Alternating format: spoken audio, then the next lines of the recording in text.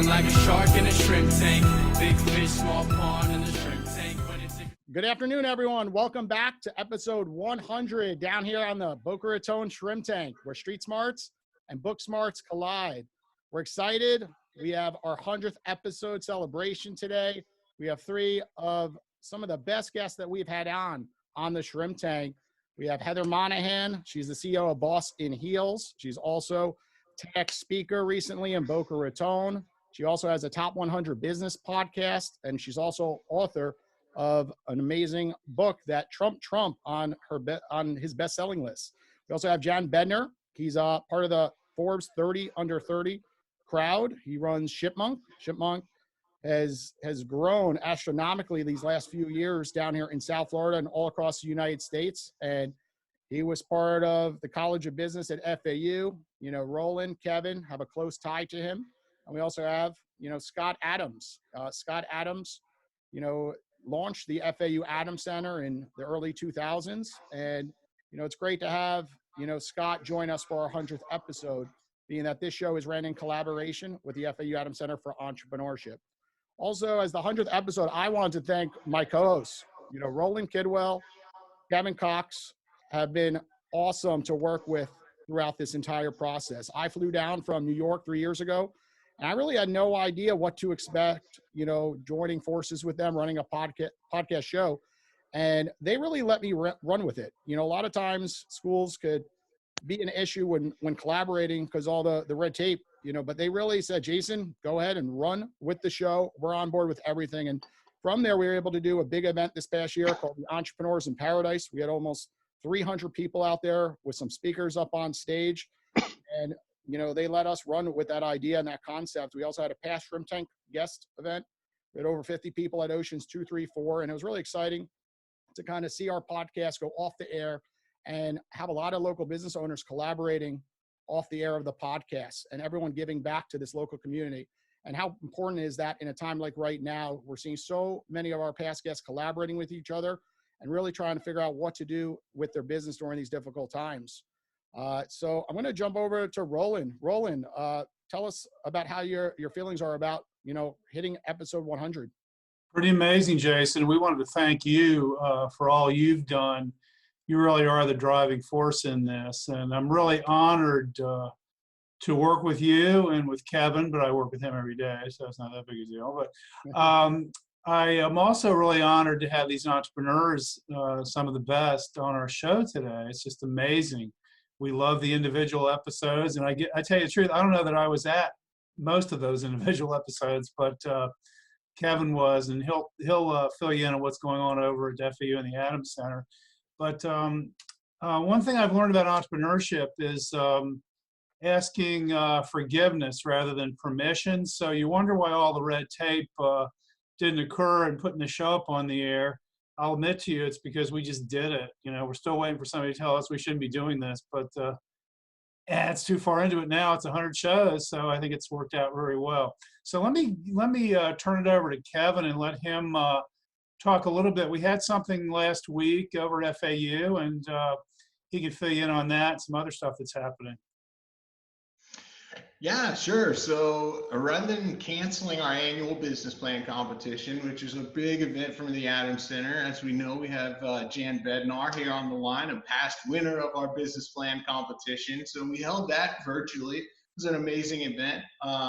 We picked a winner that does gaming in the education sector for STEM. So think elementary schoolers playing fun games while they're learning science, technology, engineering, and mathematics, things like that. So really great company, second and third place, really great companies as well. So business plan competition, we hosted it virtually, just made it happen. And then the following week, I followed that up with our veterans pitch competition. And again, some really, really great competitors. We had winners in the product, the service, and the innovation sector. So a lot of great businesses, and we're still trying to push on even in the current context. So things are moving along. So did anyone invent something for your hairline? With everything going on, it seems like you're cutting your own hair over there, Kevin. Oh yeah, definitely. No, nothing like that, but some really interesting businesses, some good solutions, and a good time, Cool. Well, let's jump in it. Our audience out there wants to hear from these entrepreneurs, how they're handling, the coronavirus situation with their business. So we're going to go around and do a little elevator pitch for a minute or so about what you do and kind of how you're handling things. So go ahead, Heather, we'll start with you. How's things running in business right now?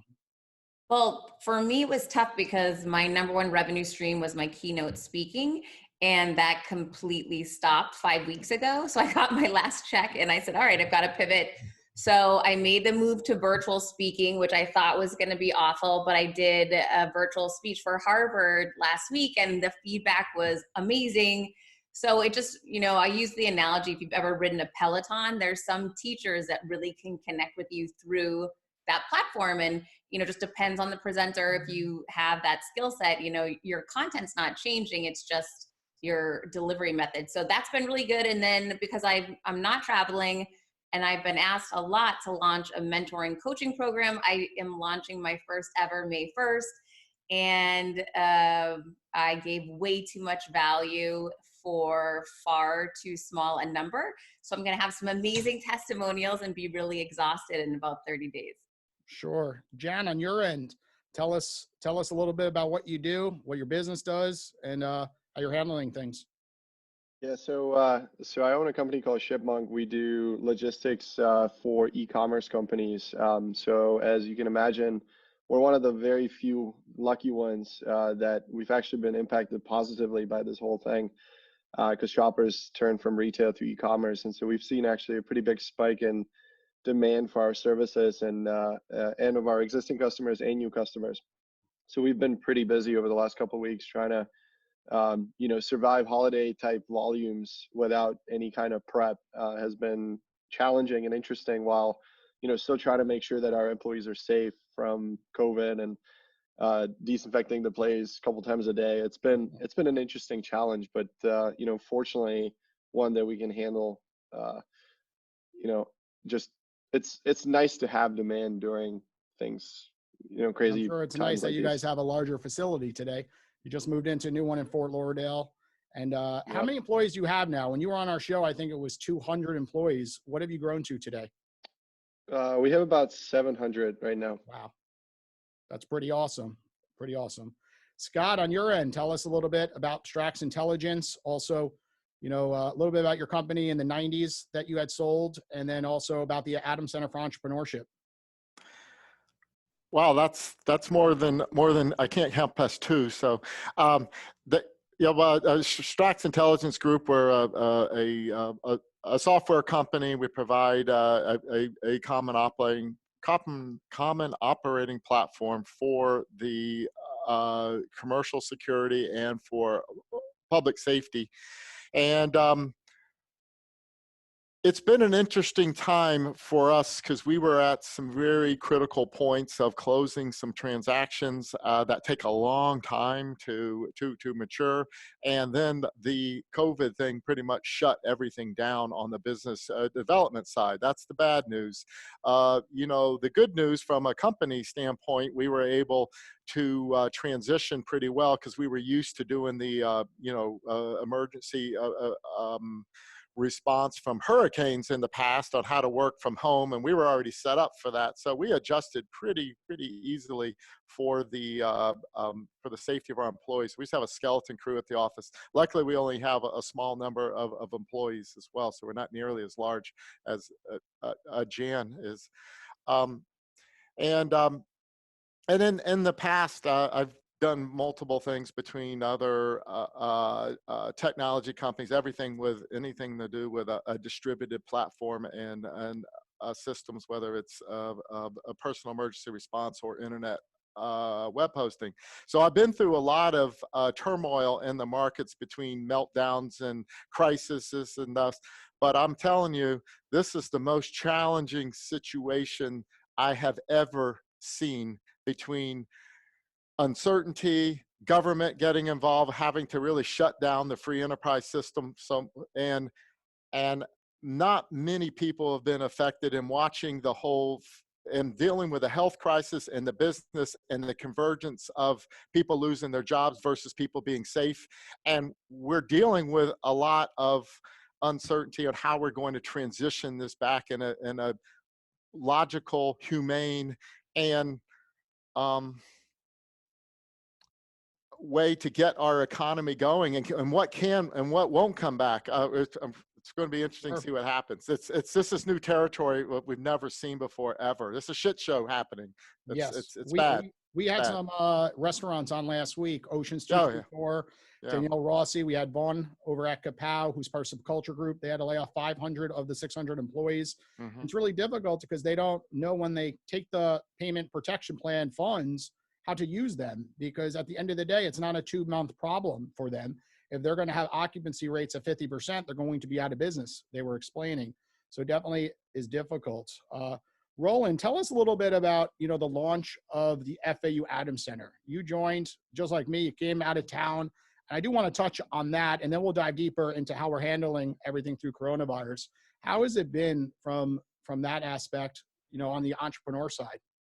Well, the Adams Center was funded by Scott in the early 2000s, and it was focused on developing entrepreneurs in the information technology area, and it evolved into generally helping entrepreneurs throughout the university, and mainly students we've been focusing on.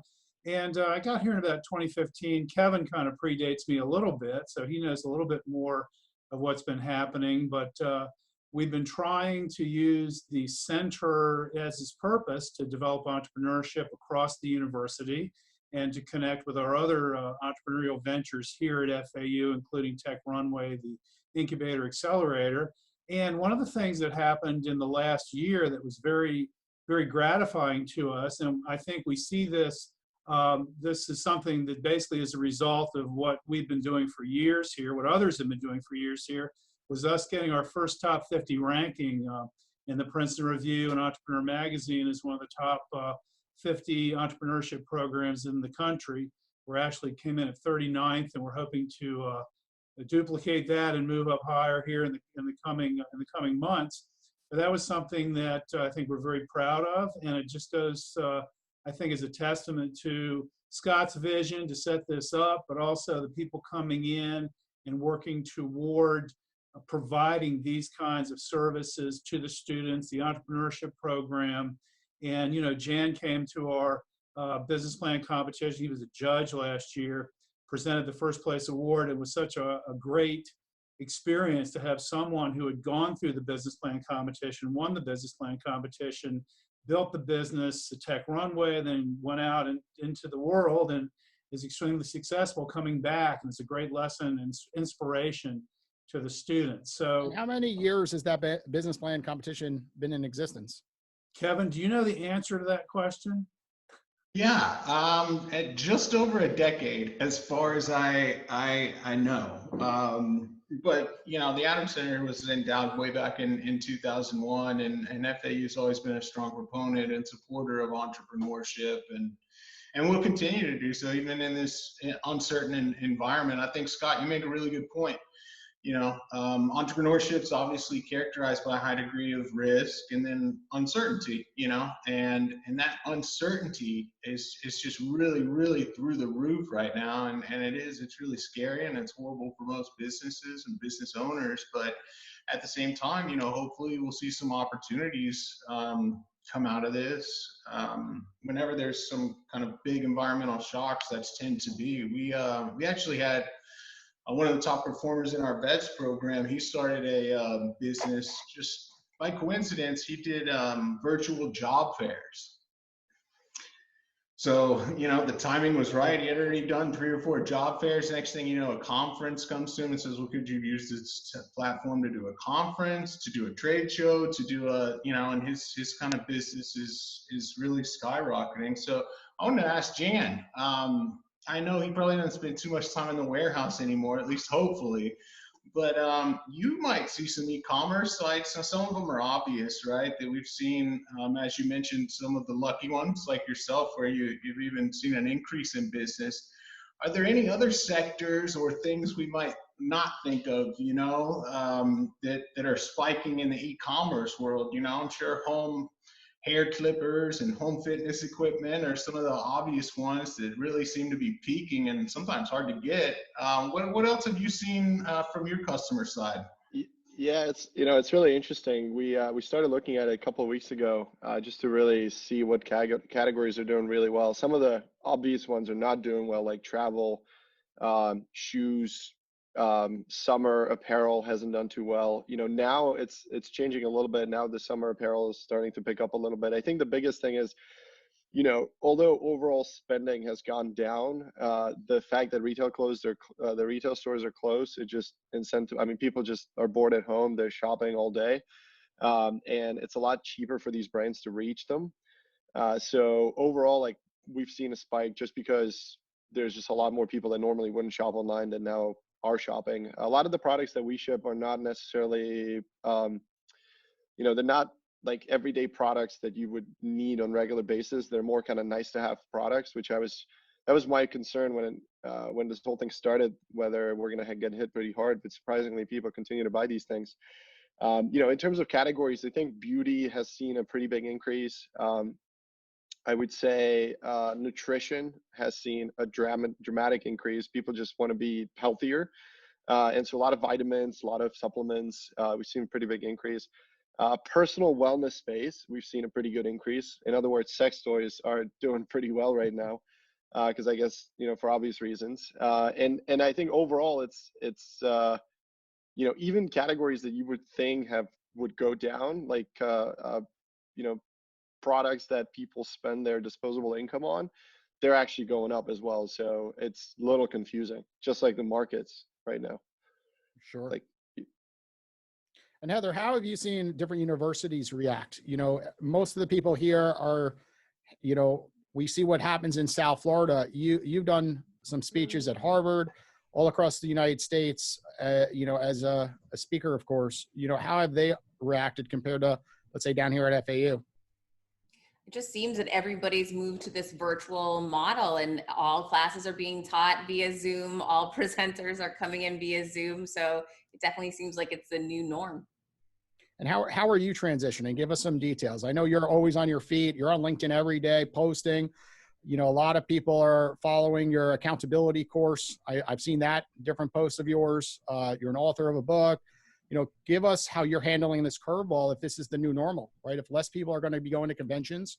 I'm part of a financial network that always has, A-list stars every single time. But these conferences, we're not sure how they're going to exist in the next 12 months. So what do you see yourself kind of doing? I know you're always on your feet thinking ahead of the curve.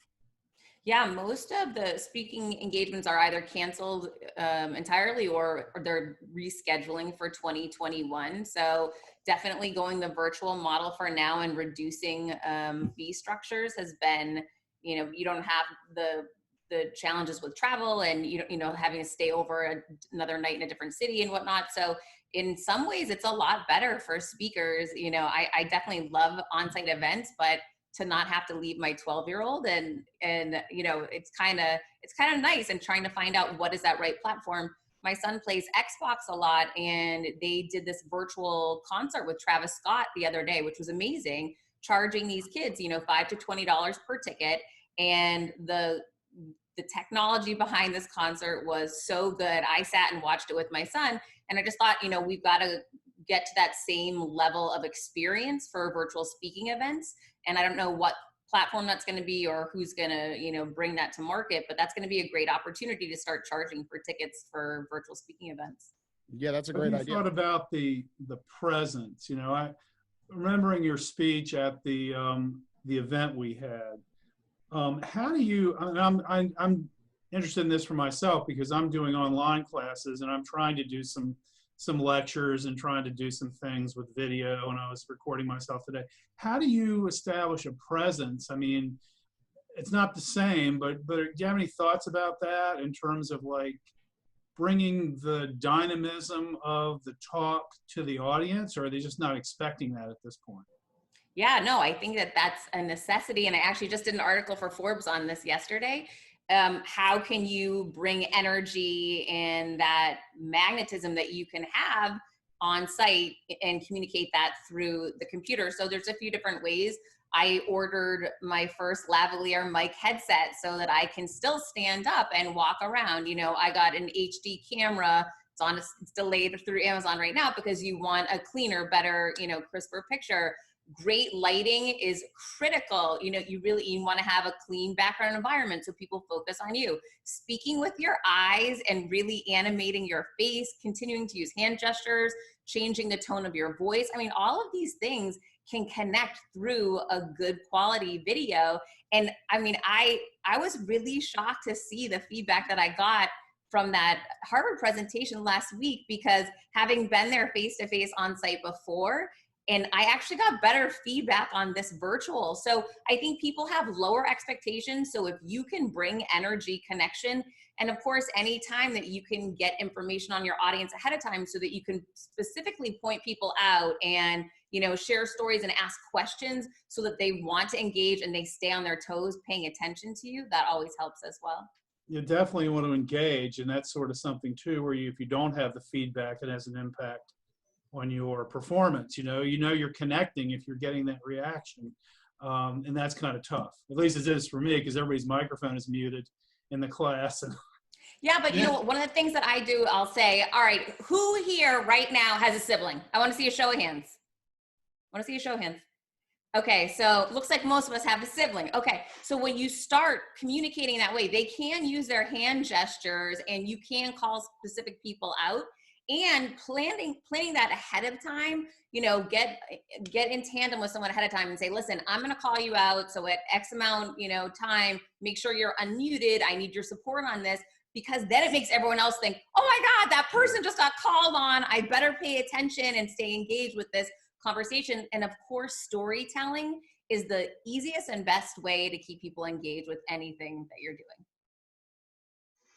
Yeah, that also explains why Jason always looks so good. You know, he has that professional setup over there, you know, the mics, the background, the video, the makeup team, whole crew of people back in the background with Jason. So, you know, the rest of us just don't have all that. No, but I do have to tell you, your background is super distracting. So if you were doing a keynote like that, I would say, thumbs down. Yeah, no way. Jason's going to take it away. It really does make a difference. And just, you know, even if you have to go have a friend of yours join you on a Zoom and give feedback to what they honestly think it looks like, I think that really helps. Yes. Yeah, it forces me to use it. And it's funny, you mentioned Amazon being so backed up. Like, I ordered a different type of microphone.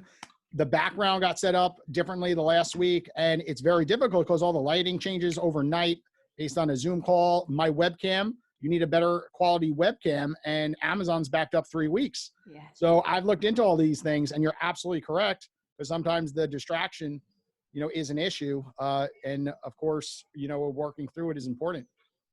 Yeah, I mean, you know, I spoke with a couple of people at Amazon because we've been interviewing for some top level positions, and they've, like, what they're seeing right now, it's going to take them, you know, a couple months to get out of this, because they actually even stopped accepting non-essential items into their warehouses. So I wouldn't be surprised if it might take even longer for the microphone, because I don't think microphone is considered essential, but they're having such a hard time keeping up with just regular, you know, toilet paper orders and hand sanitizers and soap detergent, like all these crazy, I mean, normal things that people just order, because that shift from retail, right, is so dramatic that they're going to have some major network challenges to be able to get back to normal. I have to ask, how do they classify essential versus non-essential? Because this has been the mystery to me of this whole thing. Just for one example, I would say a hair salon is essential because it's basically a place where there's psychic value there too. People get out, they don't go crazy. I mean, if you protect yourself, it's one thing. So how do you think companies, governments, whatever, how do they classify this, and how should they? Anybody have any thoughts on that? I mean, I would say Amazon I actually don't know. I mean, I would think that they just make a determination whether you need that item to survive in a way. And then that's how they, at least, I mean, they listed the categories that they consider essential. And anybody that doesn't have those types of products is basically out of luck at this point. And I know, yeah, you make a really good point, Roland, because there are lists and there are guidelines, but at the same time, we see, and we should, support and congratulate those entrepreneurs who have gotten creative and said, hey, maybe I didn't sell any essential products previously or historically, but that doesn't mean I couldn't. So you see a lot of creative entrepreneurs saying, hey, I also sell pet food or pet supplies in addition to my core business or whatever it may be. So I think we'll continue to see more of those. As you know, entrepreneurs tend to be innovative and evolve and roll with the punches here. Yeah. I mean, Now, I'll now give you, sorry, yeah, go ahead, Scott. go ahead. Go ahead. No, I was just going to say, at least I would say probably 5%, 10% of our customers have pivoted in some way to some sort of medical products, like or sanitation products. They're selling sanitizers, they're selling face masks. Face masks right now, not the one-time use, but they're kind of the designer cloth ones. Like that's the biggest, hottest selling item right now. We're shipping 10, 15,000 a day of just these like beautiful, not the medical ones, but the non-surgical ones. People put cool logos, cool designs, and they're selling like hotcakes. So we see a pretty big spike in those. Now, Jen, do you partner with Amazon any capacity? Like, do you take any of their overflow, or do some of your businesses, sell on Amazon and then also directly through their website that you're handling? Explain kind of Shipmonk in detail a little more. Yeah, we're kind of like this. You have the Amazon world and then you have the Shipmonk world on the other side. We never really compete, but it's just a different e-commerce play. So we do have a lot of customers that sell on Amazon, but they still need us to fulfill all the other orders. So they would have their own website, which we would ship and fulfill all those items, and then Amazon would fulfill the items that are sold on Amazon. So we do see a lot of Amazon sellers coming to us now asking us if we can help them fulfill their products because Amazon is not accepting them. But a lot of the times it's not really lucrative for us because, it's kind of like we're just a Band-Aid on their problem, and 2 months later they would be back to Amazon. So it's not really something we're doing unless it's an existing customer or somebody that we can help out. Sure. Scott, I think you were about to buzz in a moment ago. Scott? Yeah, just the theme of. Yeah, can you hear me? Yep, we can hear you. Yep. Okay. Yeah, sorry. No, the theme of what was some of the discussions was about, adapting to change. That is the key thing that as an entrepreneur that we all have to do, and reacting to the market and determining what you have to do to stay in business if your business isn't aligned with the market that's changing in front of us. So whether you have to lay people off or to survive or switch and get smaller office space, lots of businesses, including my own right now, we are in the middle of adapting, to that. And hats off to Jan between, starting as, few people in the back of Tech Runway to the size where they are today, and being at, it's a little bit of luck of being at the right spot at the right time, but you made that luck. So great, congratulations. And how do you feel about seeing that? You started, with the FAU Adams Center in the early 2000s, and you're seeing the growth, of all these entrepreneurs coming out of FAU right now. I just kind of want to touch on that subject.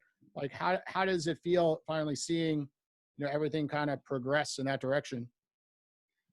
That's very rewarding, of just, seeing what impact of, if the Adams Center, and also it's the people that do the work at the Adams Center is really where the congratulations or where the value is. But that was my dream all along, is, what can I do to help give back to future entrepreneurs so they can go and live out their dreams and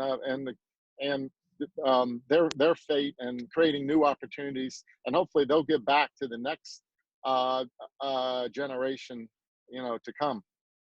And I guess I got to throw it back to you, Jan. How has it been on the other end? There hasn't been that many people through, the whole process of going to FAU, going through the Adams Center for Entrepreneurship, some of the contests that they have thrown through the FAU Tech Runway program. How have you seen it from a whole, I guess, from that end? Yeah, I mean, it's been an incredible amount of value from pretty much everything from the Adams Center of Entrepreneurship all the way to the business plan competition, the tech runway. Each one of these portions of my life or pieces that have contributed to the success that we have with Shipmonk.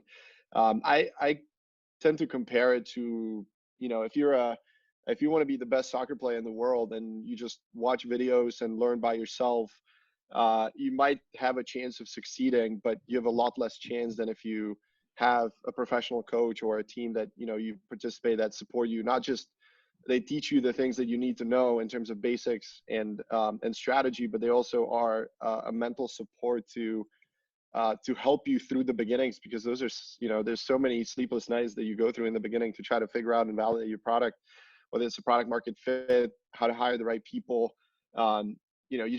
There's a lot of help that people need. And I think there's so much opportunities or so many ways that other people want to help, and most people just ignore it. And so I think taking advantage of these programs is just the basic thing to do when you're starting a business. And it's helped me tremendously. And without it, Tech Runway, I mean, I got free warehouse space from Tech Runway for a year, and, team of people to coach me and tell me things I shouldn't do and should do. And so having that support system the first year of starting a business right out of school was incredible. And I'll never forget that. So you're telling me you're going away from the old model of hiring? I think on our podcast, you mentioned that something about what was it again? Intelligence, passion, and experience. Those are the three things I hire for. Before that one, if they look like they didn't go to prison or something, what was that one? that's way in the early days. That was the strategy, but unfortunately, it wasn't always right on that one. But so you're telling me Dr. Cox, put some good ideas in your mind through all his classes at FAU. Oh, yeah, we had a lot of fun together. Nice. So I wanted to follow up with Scott. Scott, you have it's funny you mentioned, the timing, and there might be a little bit of luck involved. You do, I'd argue, all the entrepreneurs we've had on the show, they all work hard, create their own luck, but there's something to that. I wondered if you had any other tips or suggestions for business owners or entrepreneurs. And you can correct me if I'm wrong, but I think you've been through a couple of these things. I think you were on the lucky side of the .com bust in your original business, but then you were knee deep in a new venture the next time the recession came around. So you have quite a bit of experience on both sides. Anything you'd want to share? Yeah. So you're right. I did get lucky. The timing was everything. And you do have to create your own luck, and it takes a lot of hard work to be at the right place at the right time and to know what to do if you're there. And that takes hard work. The second one you discussed with mobile help, that was a personal emergency response system, and I thought it was the end of the world back in the recession in 2008. But it turned out that since a lot of the our elderly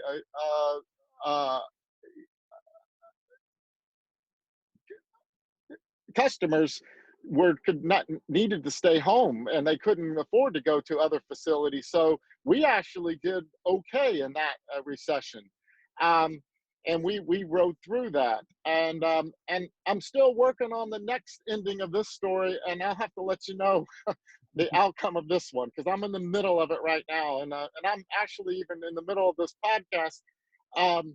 Had to leave because I have a family emergency, and I won't get into it, but I was told to get home immediately. So, and it's not good. So, but anyway, a family member just died, so I have to get home. So I'm dealing with transition and change even in the middle of this podcast. That's why I transitioned to the car, so I can start getting home. Well, sorry to hear about that. Which I'm going to lead over to Heather then. Heather is very inspirational, on LinkedIn. She's a power user. Heather, tell us how, you're helping the folks out there that need encouragement. Everyone is dealing with something. Sometimes we're all in different boats, right? Someone could have their job, but they're being paid less. Somebody lost their job, can't put food on the table. Someone lost their business. Somebody had to fire 200 people. I've handled a lot of clients in New York, so I've been hearing story after story that is unfortunate. similar to what Scott's going through. So how do you, help folks get through this, through social media?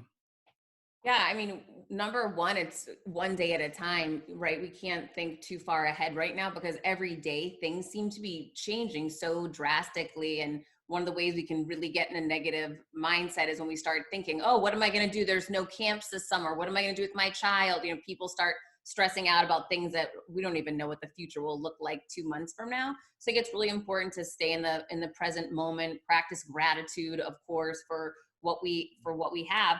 And for those people, not the health related issues, because those are obviously the worst, but for the people that have lost their job, taking action is critical. There are still companies out there hiring. There are sales opportunities out there. Yeah, it's a lot of work and you might have to take a step back, but there's still a lot of opportunity right now. And it's about looking at your unique value proposition. How can you pivot and market that value proposition, bring value and earn income in a different way? And maybe it's a way you never thought of before, but people are still doing business. And it's, if we get too down on things and just focus on what happened to us and this victim mentality that a lot of people who get fired, can fall into, you're not going to fix a problem. You're not going to drive revenue, and revenue solves all problems. So that's where I would put my focus, and there is opportunity out there.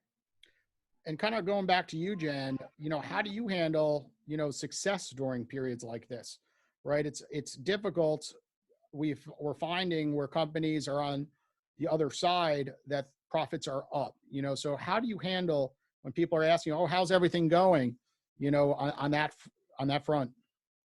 Yeah, I think it's definitely a sensitive topic. I mean, I'm part of entrepreneurship group here in South Florida, and so everybody that I talk to, I just got to be very careful to make sure that I'm sensitive to what they might be going through, and understanding, and always try to be there for them to help them. One of the things that, because we've been so busy, it's been really hard for me to get away from the day-to-day and spend more time, because I would really love to give a little more time to help entrepreneurs that are struggling and give them my advice. But it's been it's been 14, 16-hour days for me trying to make sure that we can get out of this hole that we've gotten ourselves into. And it's from a demand standpoint, it's a great thing, but it's been pretty stressful, I would say, because we have a huge number of people that don't feel safe, and so they don't want to, they don't come to work, and we're trying to make it safe and make sure that people, that we can fulfill the promise that we make to our customers. And interestingly enough, one of the biggest challenges we're having right now is that people that have been laid off, because you would think that with such a huge unemployment numbers, you would have thousands of people looking for jobs, but with the change of the unemployment, I guess the added dollars to the unemployment benefits, they make more money right now sitting at home not doing anything than if they took a job. And so, because a lot of the jobs that we have in the warehouse are not a super high paying jobs, and so it's really creating this really interesting kind of thing where people basically are not encouraged, because I think it almost comes up to $35,000 a year. And there's a lot of people, a pretty big population in the US that's making less than $35,000 a year. And so, you have we basically are having a hard time finding people even during this time, which has been pretty challenging. So, on one hand, we have a huge demand, but on the other hand, we have a hard time fulfilling that demand from a labor standpoint. Sure. I'll jump in. The name of this is a Fireside Chat, and I'm not sure if they explained that when they first did it at the Shrimp Tank, but this was what FDR did in the Depression, and he got on the radio and talked to the country and basically said, we've got nothing to fear but fear itself. And I just want to throw this general question out. It may seem a little silly, I don't know, but what is your biggest fear about all of this? I just want to kind of go right down the line. What do each of you kind of fear the most? And what are you getting from employees and other people you interact with? What are they afraid of the most? Is it getting this virus, or is it something else? I would say for me personally, it's letting people down. We've had this amazing growth experience for the last 5 years and brought people on that got really excited to be part of something incredible. And getting to a position where we would have to let people go, that's out of our control, is scary. And so letting people down, for me personally, is the biggest fear that I have. And to be frank, like, we're in a good spot now, but once retail reopens and overall spending goes down, e-commerce might get hit pretty hard. So taking the right precautions to make sure that we don't get hit as hard as as we could is my number one priority right now. I'll say for me, definitely the health concern is the scariest thing. That's, as a parent, keeping my child safe and, not knowing, should we order out food? Should we go to the grocery store? What is the real risk here? That's really confusing and scary. That is hands down the health concern is my biggest issue. However, the vendors and partners I work with, I don't see that with everyone being, many people are most afraid, I think, of the economy and business and earning income and just that uncertainty. And I see it in behavior that I've never noticed through people I work with, really odd behavior, or, getting angry, or just sounding different than what they sounded like, a month and a half ago. It's definitely affecting people very differently. Yeah, and then and you get a lot of mixed messages by watching the news, and I think we also have a the fear of the unknown, and about our futures, and also we have the future of the whole free enterprise system at stake, and the whole American system is in the is going to really be put to the test. And how are we ever going to get out of this hole from transitioning and getting the economy going, and then for the government ever getting the budget balanced, and how much debt can this country support? So all of those things, and getting people back to work is going to be a huge many years of effort, and hard. I don't know. It's really that's what scares me a little bit about not only myself and my making sure I take care of my family and the employees and our end users, but the rest of our economy. I'm going to switch gears for a moment and have you guys ask each other questions. So Heather, I'm going to start with you. Do you have a question for Jen or Scott that's on your mind? No, but luckily I'm a podcast host, so I'll come up with one quickly. Why I started with you. Jan, so tell me, what are you most proud of during this time? So I'm most proud of that we've not had to let go of a single employee. Wow. And that we've been able to go completely virtual within basically 2 days without literally almost any, in terms of our office, our corporate office, without any kind of crazy changes. And one of the things that I've realized, because it never really seemed that weird to me, but then I was reanalyzing it back and seeing how some other companies struggle with it. And what I realized is that we basically work virtually already, because majority of the things we do are through some sort of online apps or platforms. And really we just, see each other in the office and occasionally have a meeting with each other, but we're not a big meeting culture. We don't, a lot of the things we already do are virtual anyway. So it's been a super easy transition for us to transition online.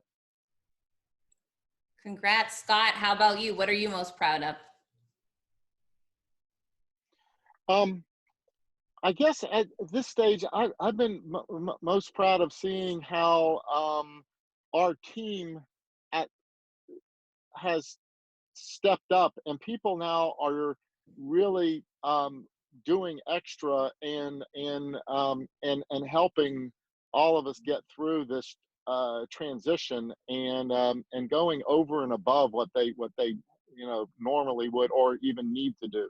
So that just motivates me even more to keep working hard when I see our team members stepping up to the plate. So, and some days, we're all dealing with a lot of stress right now.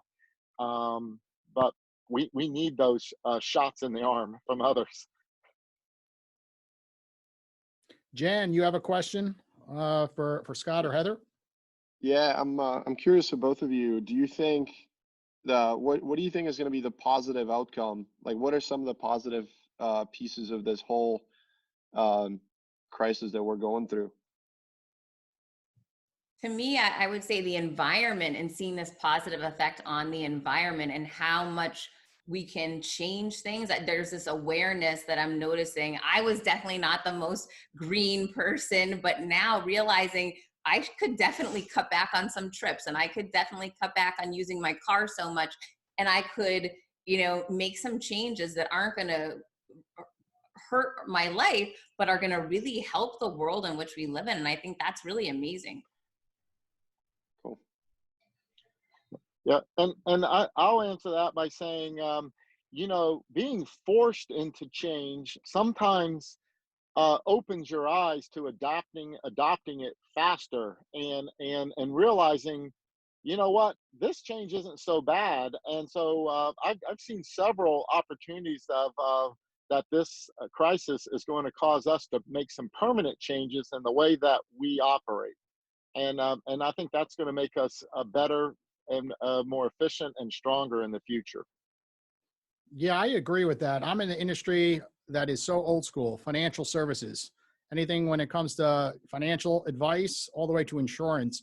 And I'm surprised that all of a sudden everything starts working. DocuSign is allowed now, when we've been asking for it for the last 15 years in states like New York. And Zoom now is actually a silver lining to our industry, because most of our industry is working with 50-year-olds to 80-year-olds. And now they all know how to use Zoom. So overnight, there's no longer a need to say I could only work with a financial service professional in my local neighborhood.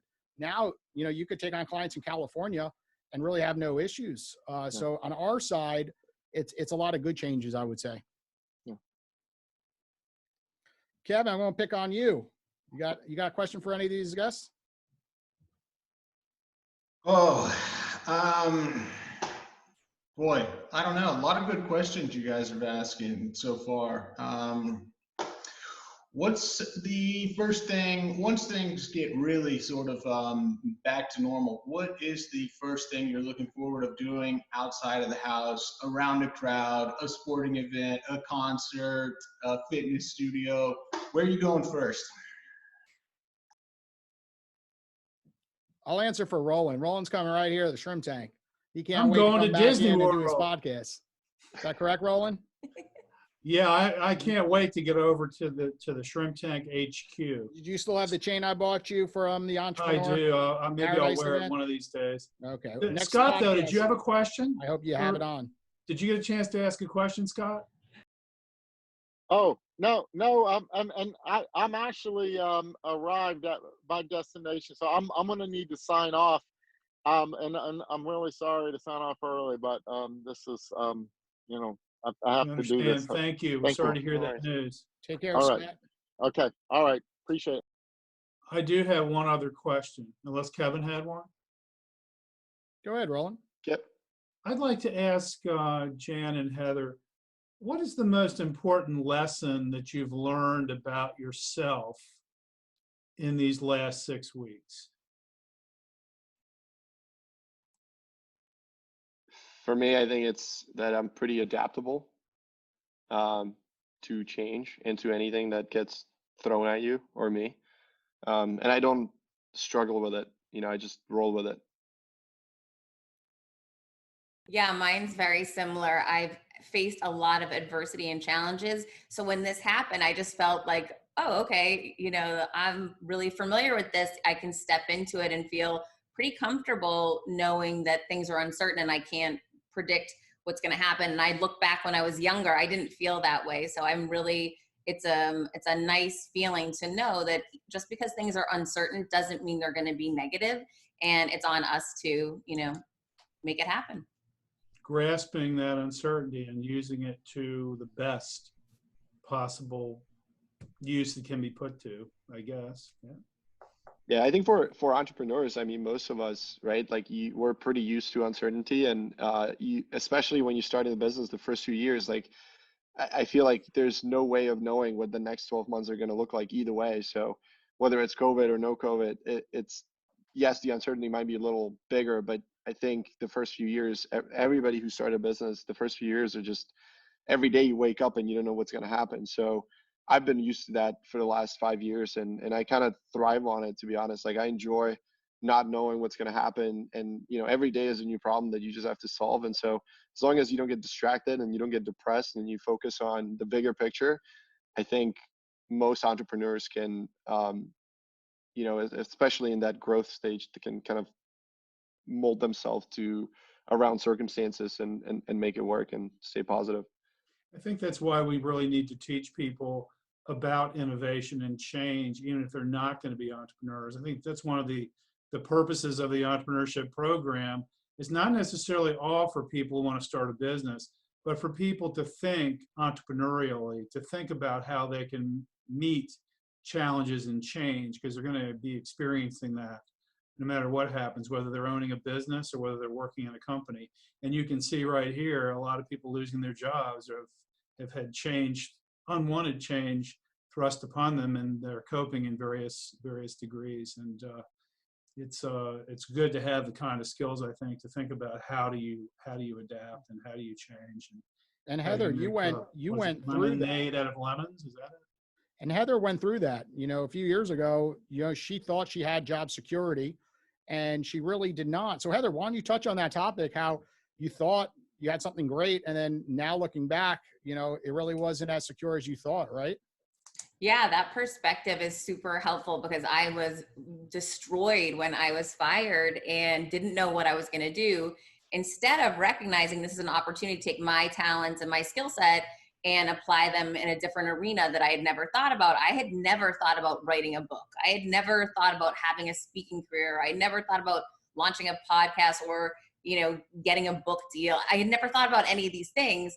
And the only way that I figured it out was being thrust into that change, similar to how we are today with COVID. So getting fired for me was that catalyst to completely change my outlook, my future, and really take on so much more and stretch for so much more. So to me, getting fired can really be a blessing to realize things about yourself you might not have noticed before. Have you witnessed any businesses that have just totally, turned and went a different direction, and they're just so successful in the last 4 months, let's say? They started hearing everything about coronavirus, and they just popped up a website. They started selling products. Is there anything out there that you've heard of from friends or other businesses throughout the United States that you're just like wowed by, let's say, right now? Yeah, I guess Jan's company. Yeah, for me, I have a friend in Miami. She has a fitness studio business, which obviously has been hit super hard, and she's been talking about creating this virtual platform to bring her fitness workouts to everybody's homes. And she kind of got forced into this whole thing by the circumstances, and she's launched the platform, I would say a couple of weeks now ago, and is doing phenomenally well. She's got a lot of subscribers. It's obviously a lot cheaper than going through fitness studios, but she's got global reach now, where before she was basically local in Miami. And so I think that, to me, was a super inspirational story. Just be forced by circumstances to get into something you've been putting away for so long, and then seeing it do well, I think is incredible. Nice. Any other inspiring stories, Jan? You work with so many different businesses. Anything else that sticks out? From an e-commerce standpoint, we definitely see a lot of businesses that, people, we work with a lot of small businesses, and they're very entrepreneurial. So like I mentioned before, we just have a lot of people that just pivoted from, they might've been selling suitcases, and now they're selling face masks or hand sanitizers or, home goods products, and they've just pivoted so quickly, found new suppliers, and started selling, and really, what went down to zero in terms of their business now is going up. So don't really know specifically, but there's been a couple of those for sure. Heather, you might have an opportunity on your hands. You could teach podcasting, how to go from zero to where you've become in a short period of time. Has that kind of crossed your mind? kind of. Yeah, I mean, I've had so many people reach out to me. I tend to listen to the audience to what they want, to know which direction that I should go. And I was hearing a lot of different things. How do you write a book? How do you become a public speaker? How can you launch a successful podcast?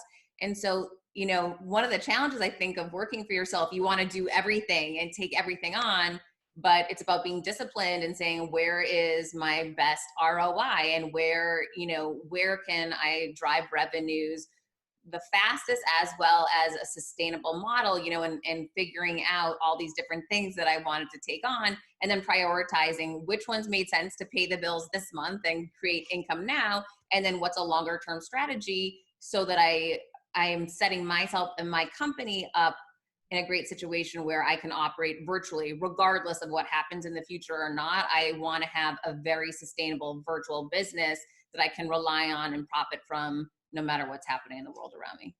Nice. And as these podcasts start moving from in-person to Zoom, you got folks like Roland and Kevin. You figure out their whole their backs, as well as their different podcast equipment they could buy on Amazon. So there's obviously an open market for that. Kevin, Roland, you got some last words you want to discuss? Well, I'd only like to thank our entrepreneurs for coming on today and making this 100th show very special. And also thank you, Jason, for everything you've done for the shrimp tank and your own business, Client Focused Advisors, that you brought down here to Florida. And I'd like to thank my colleague, Kevin, for everything he's been doing to make the Adams Center and the entrepreneurship program at FAU a success. So I'm basically just full of thanks, and it's 6 months to Thanksgiving. So I will continue to be thankful going forward. This has been a challenge. It continues to be a challenge. I'm very lonely here in the office all by myself, but we're going to get through it, and we're going to be back in the studio sooner or later. Thank you very much. Kevin?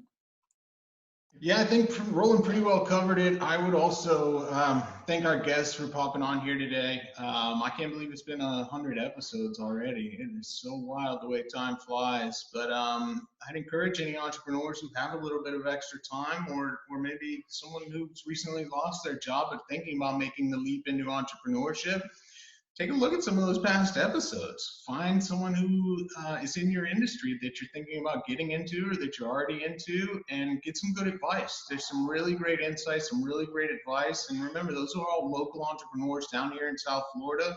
And many of them are open to, sharing their advice and helping one another and helping support small business here in the South Florida community, which is something the Adams Center does and will continue to do. And this is just one very successful component of that. Sure. And on my end as an entrepreneur, it's just showing us that life's too short. Take the leap, right? You don't want to have regret looking back, and from a personal experience, I got called all these different names for moving out of New York. I created a business with 4 other colleagues of mine. We were so tight, and I just had the dream to move to South Florida, to come into the warm weather. And I took that jump, and I lost a lot of revenue taking the leap. But at the end of the day, I had to figure things out, and over time, this is where the shrimp tank was evolved. This is where partnering up with FAU, was, involved. And sometimes you just don't know, but you'll figure it out. I think at the end of the day, everyone thinks they can handle growth, until it really happens. And Jan, you're a great example. It's like, did you really know you're going to go from when you met with us at the studio, 200 employees, and now close to 700-800 employees with facilities all across the United States that are over 100,000 square feet, right? How many do you have now, facilities? 4, over 1 million. Yeah. Total. So at the end of the day, from my experience as an entrepreneur, sometimes you don't have to think too far in the future. My wife was pregnant at the time when we started this search to move to South Florida. And then we moved down here with a 3-month-old. And it just shows that anything is possible. And as an entrepreneur, you will figure things out. That's what I've learned, in my business, and come up with a plan. At the end of the day, planning things is very, very valuable. So when times like this occur, you do have some sort of savings. So if times go bad, you could kind of react overnight to kind of figuring things out. And right now is a great example of building a business through the SBA. SBA is giving you a loan, and you don't have to pay the loan back for 6 straight months. So I think it's another opportunity to say, hey, what businesses are doing well in this time, and maybe go out and buy a business from someone that, you know, it's their time to exit, right? So that would be my 2 cents on everything going on.